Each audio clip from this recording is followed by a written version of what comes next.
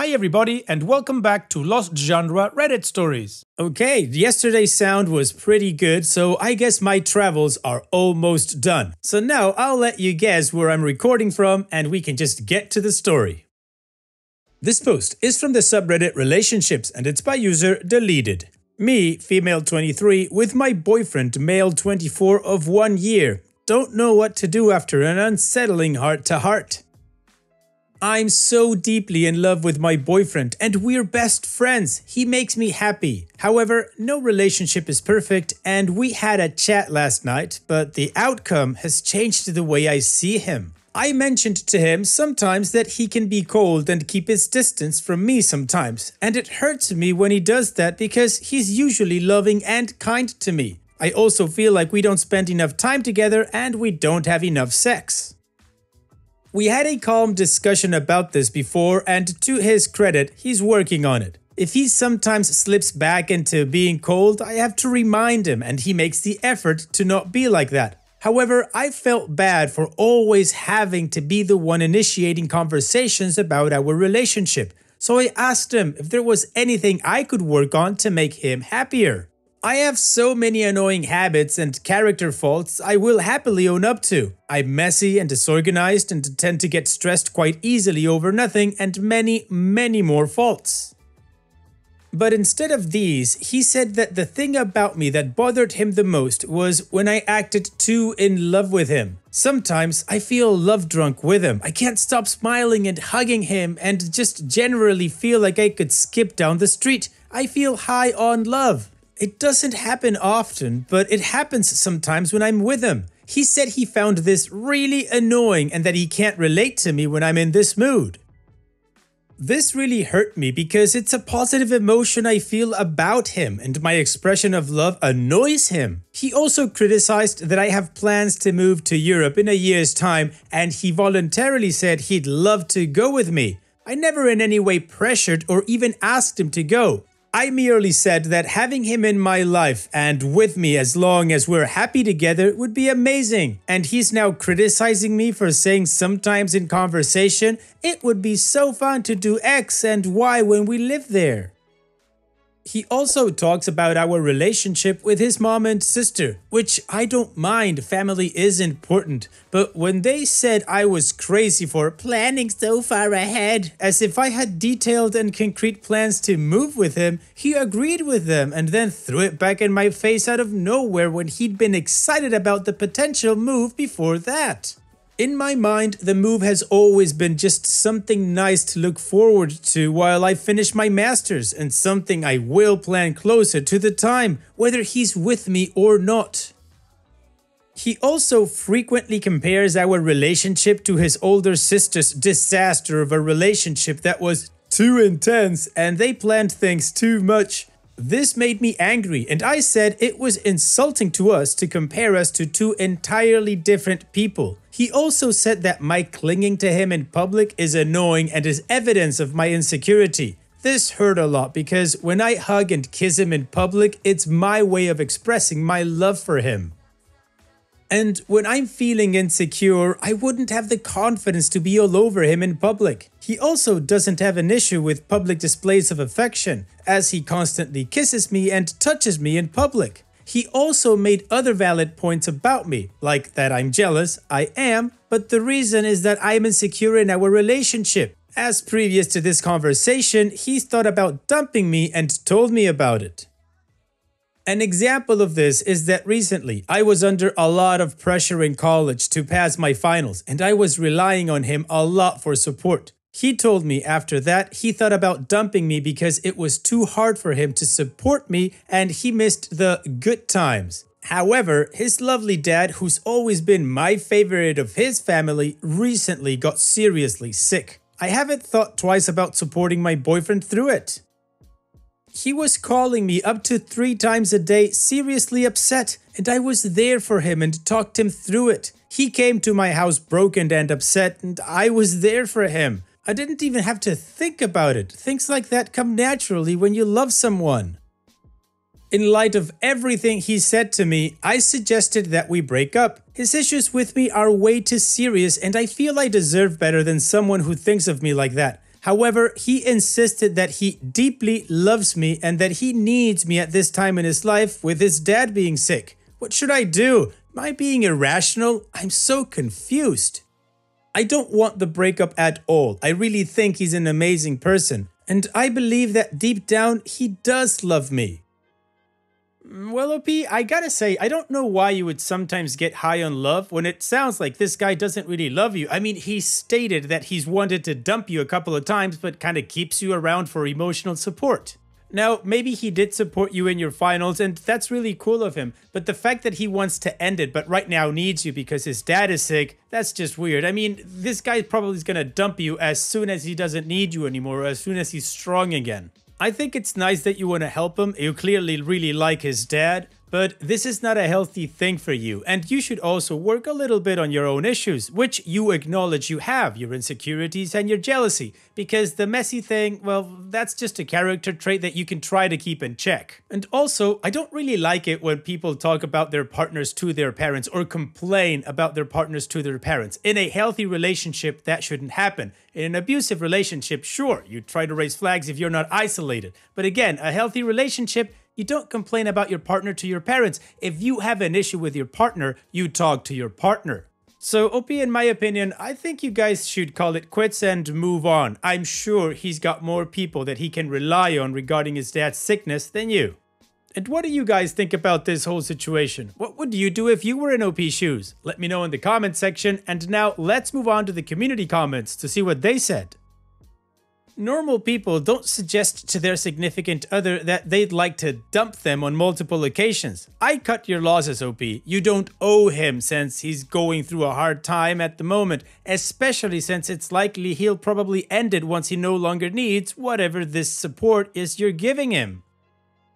Mermaid Tail Blanket says, "It sounds to me like you need more emotionally than he is willing or able to give you right now. You are not wrong for feeling this way. Being in a relationship where you aren't emotionally fulfilled is torture. It's a one-way ticket to unhappiness." That being said, it's his prerogative to be as emotionally available in a relationship as he chooses to or is able to. As long as he's clear about it, and it sounds like he was, I can't really fault him for that. I don't think either of you here is wrong or unreasonable. So, now that you have all the information, it is up to you to decide if that's the man you want to be with or not. He told you who he is, how he sees you, and what this relationship means to him. Up to you to decide if this is good enough for you or not. I don't see what penetrating his ego is going to offer here. Sounds to me like you're hoping there's something you can say that will magically change him, but unfortunately, that's not the way to go about things. He has the right to be who he is, as do you. It's up to you to decide whether to stay or go. He pretty much told you he is satisfied with how things are, so why would he want to break up? Unsolved says he loves what you can do for him. Deep down, he's selfish. When he has to do stuff for you, or you're sick or sad or too happy, or kiss him instead of him kissing you, or you making plans instead of him making plans, or anything but exactly what he wants, when he wants it, on his schedule, you become a burden and an inconvenience. He doesn't love you. He loves the convenience of an obedient you, and everything else, anything that's you and not him, irritates him. And Wolfies says, he's annoyed that you like him. What else is there to say? You can do better. Plenty of people would appreciate having someone who really, really likes them. It doesn't sound like personal displays of affection is a problem, but the fact that you really like him, which is an a-hole thing to say. I had an ex who told me he didn't respect me when I was so over the top in love with him. He was my first serious boyfriend, and during the honeymoon phase, I was crazy about him. Then, one night, he was at my house and insulted me. I'm 5'3" and weighed about 100 pounds at the time, and he snapped at me for eating a sandwich and told me I was letting myself go. He was effing crazy. So I told him to get the F out. He called me an hour later and told me he liked me better when I stood up for myself and yelled at him. He was praising me like I was being such a good girl. It was gross and weird. That was the point where I was like, I do not need this crap in my life. A guy who only likes me when I don't like him back. Who wants to play those effing mind games? Also, the weird crap about my weight because he needs to deal with that? Alright, well, the community had some things to say about OP's relationship, and we got another story there in that last comment. Now, OP didn't reply to any of the comments, so we have no additional context, meaning we move on straight to the update to see how this story ends. But of course, before that, here's another one of my playlists for you to enjoy after this video. Now let's move on with that update. Firstly, I just want to thank the people of r/relationships. I read each and every one of your comments, and it meant so much to me that a stranger would take the time to write such in-depth comments with the aim of helping me. After my boyfriend and I had the discussion mentioned in the previous post, we went to sleep. We woke up the next morning and had breakfast together. He seemed quiet and emotionally distressed. He said to me a few times that he thinks we can work on us and that he thinks it's going to be okay. I still wasn't convinced, but I didn't want to be mean to him or start a discussion again, so I placated him until he left, and I could get time on my own to think. During the day, he called me after visiting his dad and asked if he could come over. I was surprised by this and wondered what his motives were. I assumed he was coming to break up with me, but after he revealed what he really thought of me somehow, I wasn't terrified of being single. I knew I would be gutted as I love him deeply, but it makes me unbelievably sad that he hates parts of my personality that I consider positive. I am also deeply shaken by the truth that he found it too hard to support me through finals. Life is too short and I feel like I can't rely on him right now. Worse things than finals will happen to us all in life. This hardly seems fair when I'm his emotional crutch in ways I never expected of him at my worst during this past year. Although granted, he is going through a horrible time. He comes over and he genuinely wanted to spend time with me and talk. He apologized for being emotionally unavailable at the moment as he was struggling to come to terms with his father's illness. I forgave him immediately for this because of the circumstances. What I don't understand still is his general coldness towards me before his dad was sick. He promised to work on that, but he's also promised to work on that many times before. He never apologized for insulting my personality or rephrased that my display of love was annoying to him, so I guess that still stands. The more I think about this, the more it makes me feel like I deserve better. The positive things he did say about my personality was that he admires my empathy and aspires to it. Empathy is just one of my personality traits. I have too many good and bad ones that he generally doesn't acknowledge. At the same time, I feel like I know him inside out. What he also did say was that he wants to try to be on the same level as me emotionally. He made the time to come to my house and stay the night and talk to me, which is a huge gesture considering his father is in intensive care and his family was pretty pissed that he wasn't there in the hospital with them that night.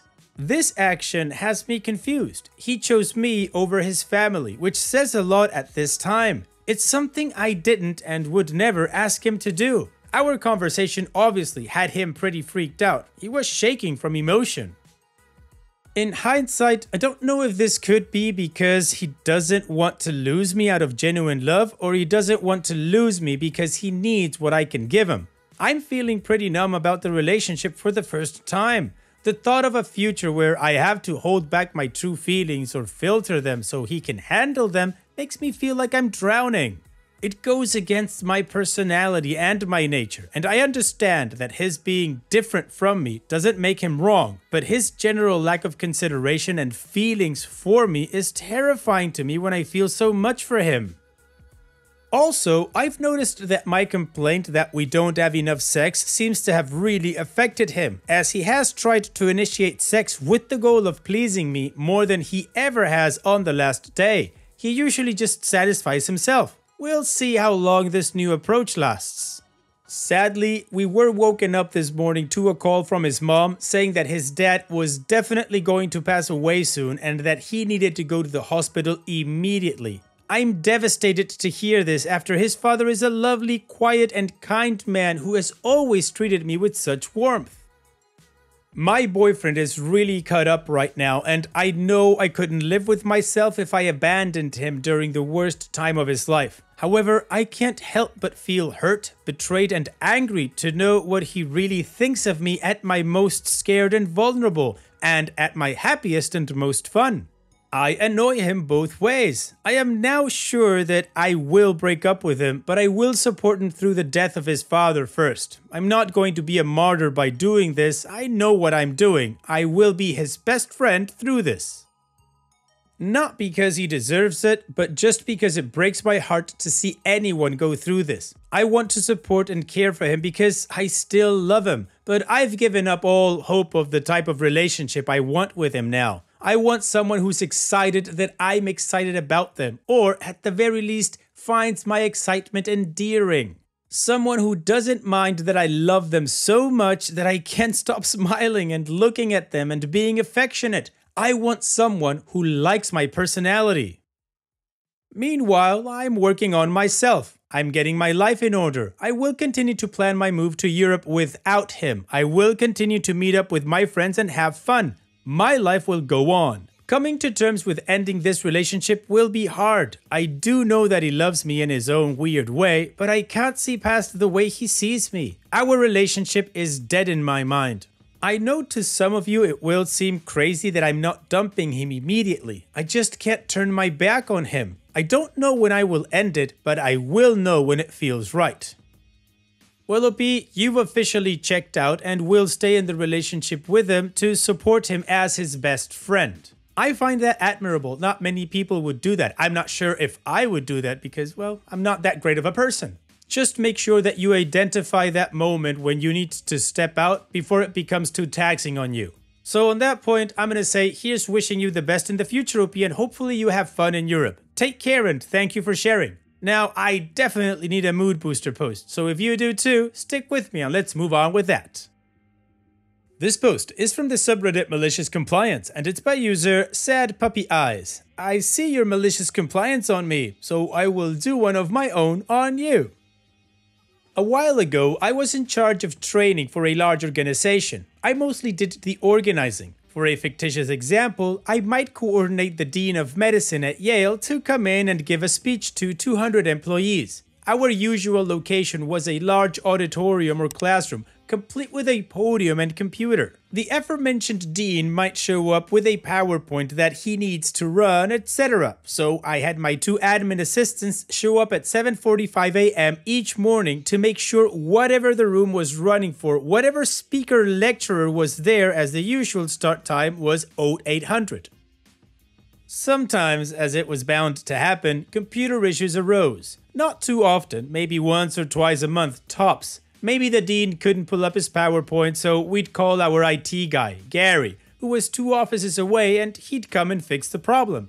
Everyone was happy until Gary retired. His new replacement, Todd, didn't like the arrangement. Though his start time was 8 in the morning, he'd often drift in at 8:10 or 8:15. This is not good when we're having a computer crisis at 8:02. Further, he hated walking into the office and immediately having a call waiting for him.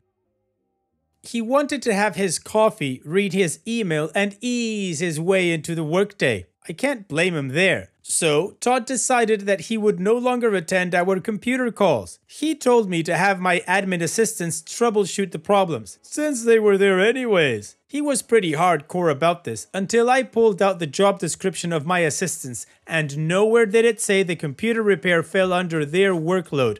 I then showed him his job description, which said that it was computer repair. Enter malicious compliance on Todd's part. You want me to attend? Okay, then we do it by the books. No more calling me directly. You need to call the central helpline and have them open a user ticket. Then I'll attend.